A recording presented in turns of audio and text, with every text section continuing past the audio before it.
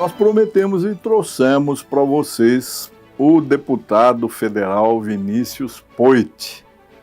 Mais de 200 mil votos. Olha aí a novidade do novo chegando ao parlamento. Bem-vindo, Vinícius. Obrigado, doutor.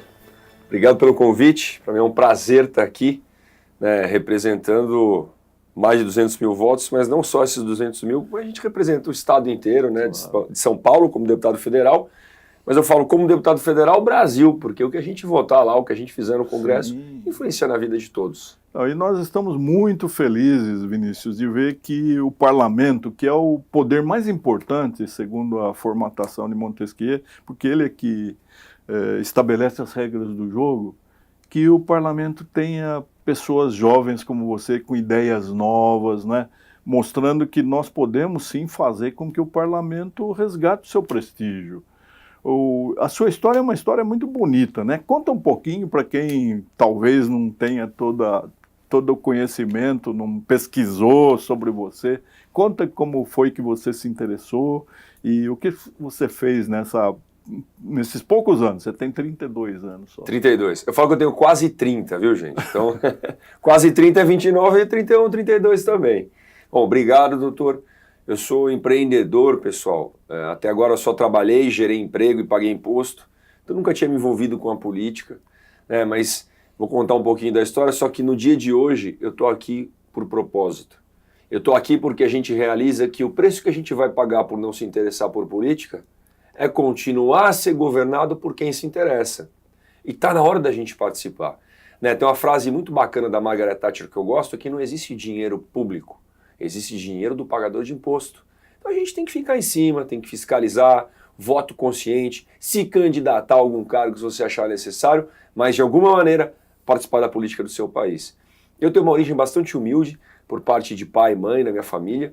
Meu pai, Wilson, nasceu no interior de São Paulo, na cidade de Oswaldo Cruz.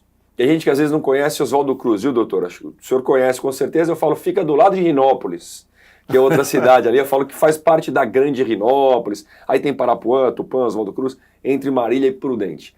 Então meu pai nasceu, morou no sítio até os 13 anos de idade. Minha mãe é filha de imigrantes italianos que vieram para o Brasil depois da Segunda Guerra. Minha mãe é médica, meu pai é engenheiro agora. Os dois começaram do zero. Eu falo que no Brasil poucas pessoas têm muitas oportunidades. E muitas pessoas têm pouquíssimas oportunidades ou quase nada. Então aqueles que têm deveriam ter o dever de devolver algo para a sociedade. Estudei administração de empresas na GV, pude estudar fora do país, trabalhei no Citibank, tive negócios próprios, sempre tive acesso à saúde de primeira. Então, gente, eu não estou fazendo, para mim, nada mais do que minha obrigação. Fazer algo para deixar um legado, fazer algo em retribuição às oportunidades que eu tive na vida, que eu acho que a política é a maneira que a gente tem como fazer isso em mais larga escala, doutor, e mudar a vida do próximo. Mas você faz muita coisa também como voluntário, Você trabalhou com a recuperação do morador de rua. Como é que foi isso, Vinícius? Doutor, quando eu mudei eu nasci em São Bernardo do Campo, Quando eu mudei para a GV, para fazer faculdade aqui em São Paulo, abriu o mundo para mim. E eu tive contato com pessoas de famílias já tradicionais, Eles chamam dos famílias quatrocentonas, de São Paulo. Aí aquilo eu falei, caramba, mas a minha origem é tão humilde, Eu fiquei num questionamento de propósito. Puxa, mas por que tem tanta gente com tanta oportunidade? Preciso fazer algo. E aquilo ali me levou a buscar um trabalho voluntário, alguma coisa que eu acho que você vai construindo o seu propósito de vida. Vale muito. E aquilo ali eu percebi que me alimentava demais, que me motivava. Daí eu migrei para pessoas em situação de rua, que é algo que eu faço há 10 anos na cidade de São Paulo, que não é, gente, o assistencialismo. Não é você ir lá dar um cobertor, uma comida e acabou. É você conversar, entender a história, diagnosticar por que não está indo para um centro de acolhimento, por que não está recuperando. O centro de acolhimento não está adequado, tem que arrumar. Vamos ver quem é que está cuidando, vamos buscar parceria público-privada para reformar e para dar condições de recuperação socioemocional e profissional. E depois a última ponta dessa linha, que eu falo que é o melhor programa social para alguém, doutor, que é o emprego. Então, empresas sensibilizadas para dar emprego para essas pessoas. É uma percepção ou aumentou muito o morador de rua, Vinícius, aqui em São Paulo? Eu acho que a gente talvez, a hora que identifica, convive mais, enxerga mais o problema, Tem algumas pessoas que não lidam com isso. Mas com o desemprego, com a crise, né, alta inflação, recessão, né, quando um país, em vez de crescer o PIB, gente, o país diminui a sua produção econômica, o desemprego aumenta. Né? Dados oficiais, o senhor pode corrigir se estiver errado, são 13 milhões de desempregados no Brasil. Isso porque dados oficiais, mas tem muita gente que está fora da economia. Fora os que desistiram, que também estão desempregados, subemprego, informalidades. Então, isso aumentou bastante. Eu, particularmente, estou muito otimista com esse começo de 2019, com o pessoal que está no Ministério da Economia, com as indicações, projeções de que a gente vai reduzir o desemprego e a economia vai começar a andar. Que bom. Agora, Vinícius, é uma coisa muito boa para nós, que você é um jovem que estudou num nicho de excelência, vê-se que você aproveitou muito, não é? Você já tinha talento, já tinha vocação, mas se valeu bastante dessa instituição, que é a Fundação Getúlio Vargas, é um lugar onde se convive com inteligências e com erudição a mais aprimorada, né? E a educação brasileira não é só a educação pública, mas a educação privada também, ela tem muita fragilidade. É muito importante que o parlamento resgate a educação, não como retórica, porque ela figura em todos os discursos. Não há governante que não tenha a educação como um projeto. Só que na prática, nós não valorizamos o professor, nós não chamamos a família para que ela participe da educação do filho. A sensação que se tem é que a maior parte dos pais da rede pública está mais preocupada com transporte e alimentação do que com o aprendizado. Doutor, eu sou um aprendiz aqui perto do senhor, né? Que tem um conhecimento e que participou da educação no nosso estado. Mas o senhor tocou nos dois pontos principais, eu fico feliz, né, até emocionado com isso, porque a minha área não é educação, mas eu tive a oportunidade de fazer um curso muito bacana com outros políticos, outros expoentes da educação, e sabe quais foram os dois principais aprendizados que eu tive? Que estão intimamente ligados com o que o senhor falou da família e do professor.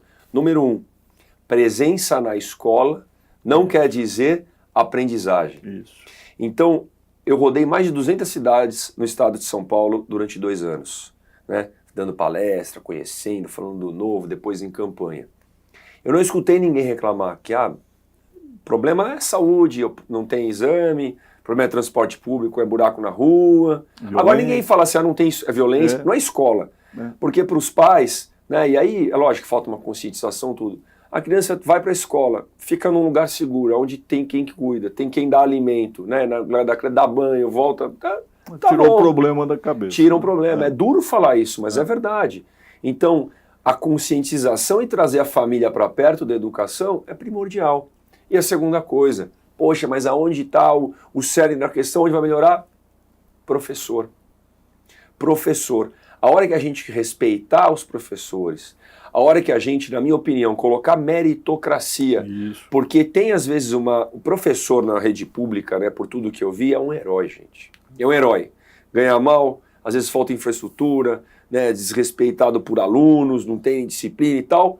Só que é tudo avaliado do mesmo jeito. A gente tinha que dar um jeito de os professores bons, que são sua maioria, né, não serem penalizados por aqueles que às vezes não estão muito adequados ou que já desanimaram, ou querem outra oportunidade. Às vezes eles estão ali. Então, gente, se a gente coloca um jeito de premiar os bons e os que não estão tão felizes buscarem fazer outra coisa na vida, a gente começa a animar esse pessoal que está. E aí sobra recurso para priorizar no treinamento, na reciclagem, na aprendizagem contínua do professor.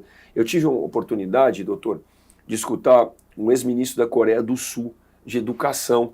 E lá o legal é que é educação, ciência e tecnologia, porque já une essas matérias. E lá ele falou que os melhores alunos, os alunos com nota mais alta no Enem, os melhores alunos da faculdade, esses é que vão ser para ser professor. O corte para ser professor é muito alto. Então são as melhores cabeças para ser professor. Você está falando aqui para jovens que estão ali trabalhando nas delegações extrajudiciais. Esses jovens, eles estão aí ameaçados pela 4ª Revolução Industrial. De repente, trabalhos que são automáticos, rotineiros, os algoritmos vão poder fazer melhor. Então, nós precisamos passar para as crianças e para os jovens essa mensagem de que ele precisa treinar para fazer muitas coisas. Nós acabamos de falar de voluntariado, né? O recrutamento de CEOs, de chefes, de executivos no resto do mundo, leva em consideração também aquilo que você faz para a comunidade. Não é só decoreba, não é só aquilo que você guardou na memória e que depois vai ser exigido num concurso, né? Então, é muito bom esse seu depoimento, esse seu testemunho, e eu tenho certeza que você também está vendo o mundo aí que vai mudar profundamente, já está mudando, né? Eu falo que assim, todas as palestras às vezes que eu dou, né, e o meu propósito de estar aqui é de devolver, de fazer a diferença, de motivar outras pessoas. Eu pergunto para o senhor, né, o senhor deve ter questionado bastante isso na sua vida, doutor, mas eu pergunto às pessoas, qual é o seu legado, né? Por o que você quer ser lembrado, sabe? Lá na frente, olhar para trás, ou o dia que não estiver mais aqui, alguém olhar e falar, olha, esse cara aí, essa mulher aí e tal. Então, essa pergunta é importante, porque, gente, não tem, se você olhar as empresas, não tem mais espaço. Empresa que não respeita o meio ambiente, empresa que não tem preocupação com a sociedade, que não, sabe? Não existe mais espaço para isso. Você precisa ter uma consciência além do seu próprio umbigo, né? É muito bom também que você passe essa mensagem de que política é o território das pessoas que têm um apreço pelo semelhante, que têm preocupação pelo futuro, que querem melhorar o ambiente, melhorar o convívio. Nós precisamos de paz, não é, Vinícius? Não é importante que nós viremos a página nesse momento de polarização em que o adversário passa a ser inimigo, então tudo explode em ira, violência e rispidez. Nós precisamos um mundo mais fraterno, né?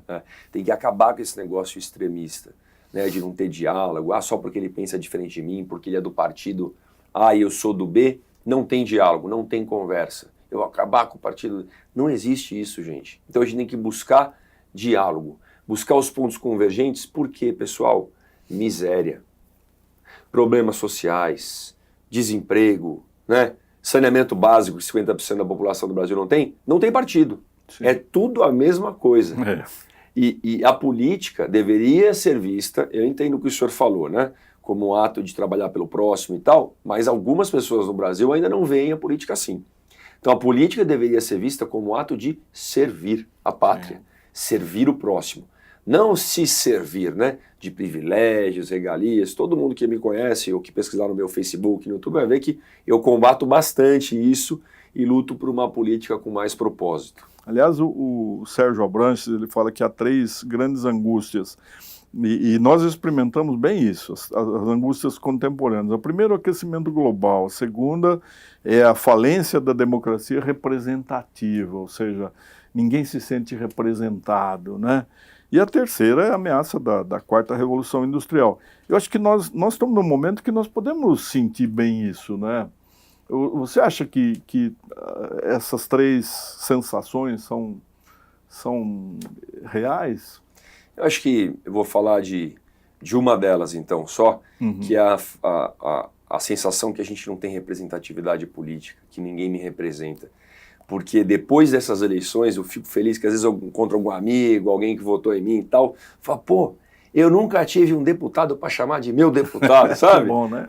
Pô, você vai me representar. E isso também aumenta muito a nossa responsabilidade, né? Você está carregando uma responsabilidade importante nas costas. Isso me faz trabalhar mais, ficar mais motivado, inspirado, dar aquele gás a mais. Mas para essa representatividade política aumentar, a gente tem que mudar algumas coisas. Né? Eu sou defensor de uma reforma política ainda maior do que essa que aconteceu, doutor. É um excesso de partido, não é? Isso é um excesso de partido. Né? A gente tem uma posição, para alguns é meio radical ou não, que é o fim do financiamento público de partido, né? Fim do financiamento público de campanha. Porque aí, abrir partido vira quase que um negócio no Brasil. Sim. O pessoal abre um partido, só daí ela já recebe uma cota de dinheiro público, nem se candidata só para fazer número, mas pega tudo que ele tem e vende tempo de televisão para o maior, sim. vende cota do fundo partidário, fazendo as coligações que não estão nem para valores e princípios. Verdade. Então, tudo que a gente puder fazer para melhorar, para aproximar o eleitor do político e o político do eleitor, a gente tem que fazer através de uma reforma política mais completa. Então nós acabamos de falar do fundo partidário, né? Que sustenta também aqueles institutos que deveriam servir para quê, Vinícius? Para formar a cidadania. As fundações educar. dos partidos, então, né? Eles estão fazendo isso? Então, doutor. Estão. E é um dinheiro considerável, né? É uma quantia que daria para trazer quantos jovens, fazer se interessar, não é? Eu acho que nas escolas, por exemplo, a gente tem de voltar a prestigiar os grêmios estudantis ou qualquer outra forma de representação, né? Para que eles participem, para que eles se empolguem, porque é muito triste você ver um jovem sem sonho. E a gente não está falando de pouco dinheiro, doutor. A gente está falando de aproximadamente R$1 bilhão de fundo partidário para as fundações do partido, que teriam meio que a missão, e eu vou falar da Fundação do Novo, de educação contínua, de falar sobre os valores, seja falar sobre liberalismo, sobre autores, dar aula, né? Tem uma parte lá que é reservada para falar com as mulheres e tal. Então, assim, esse é o papel das fundações partidárias. Mas, infelizmente, não vou citar nomes ou atacar cada um partido, é só jogar no Google, né? Contas dos partidos, das fundações e tal, e joga lá, o pessoal compra helicóptero, passagem aérea de primeira classe. Então, assim, isso tá no Fantástico, lá naqueles programas de televisão. Então, gente, ou a gente respeita o dinheiro público, né? O dinheiro do pagador de imposto com prioridade, ou vou fazer o quê? Por isso que a gente tem que se interessar por política. Sim, nós precisamos mudar essa concepção de que toda a burocracia é viciada, é contaminada. Não, a minha experiência, tanto no judiciário como na curta permanência no executivo, é de que há muita gente sacrificada. Mas há muita gente também desalentada porque o mérito não é avaliado, não é? Então, por isso não há que eu falo, a incentivo. meritocracia é tão importante a gente colocar no setor público, estudar a questão da estabilidade, que eu acho que é necessária em algum lugar, mas ela cresceu demais, né? Ela cresceu demais, a gente tem que restringir um pouco mais isso, indicações políticas para tudo quanto é cargo. O senhor sabe, superintendente regional de ensino, pelo amor de Deus, gente, tem que ter e numa época pré-eleitoral, a máquina fica trabalhando para eleição. Não tem cabimento. Não dá para misturar educação com eleição, é uma coisa repugnante, né? Então, a gente tem, assim, eu gostaria de que não fosse só uma esperança, mas fosse uma certeza de que nós vamos ter pessoas como você que vão chegar puros, né? Sem aquela contaminação e com vontade de mostrar para o Brasil que o Brasil tem jeito, não precisa ir embora para o exterior, não precisa fugir, não precisa dizer nunca mais, né? Vamos melhorar aqui, eu acho que tem condições. Eu falo eu escutei outro dia a gente teve um bom papo, o senador Randolfo Rodrigues, e ele falou que é ingenuidade positiva. É bom ter essa ingenuidade, que essa ingenuidade isso é positiva, Vinícius. E eu prefiro, gente, ser otimista. Não conheço nenhum pessimista bem-sucedido. Tem esperança, a hora é agora. Nunca houve, acho que, um momento tão importante dessa inflexão e de a gente arrumar o nosso país. Depende da gente, né? Sim. Então, vamos lá. Não adianta também comemorar só que deu certo na eleição. Agora, durante o mandato, eu conto agora com que todo começa, mundo. Agora que começa. E a gente gostaria, Vinícius, que depois, quando você tiver condições, depois de um tempo, você volte aqui para conversar com essa meninada. Nós estamos muito preocupados com o futuro de todas essas prestações estatais que ficam sempre na alça de mira de quem não conhece bem e querendo substituir algo que está num caminho correto da eficiência e de nenhum custo para o Estado, mas sem soluções mágicas, milagrosas que poderiam fazer a coisa melhor.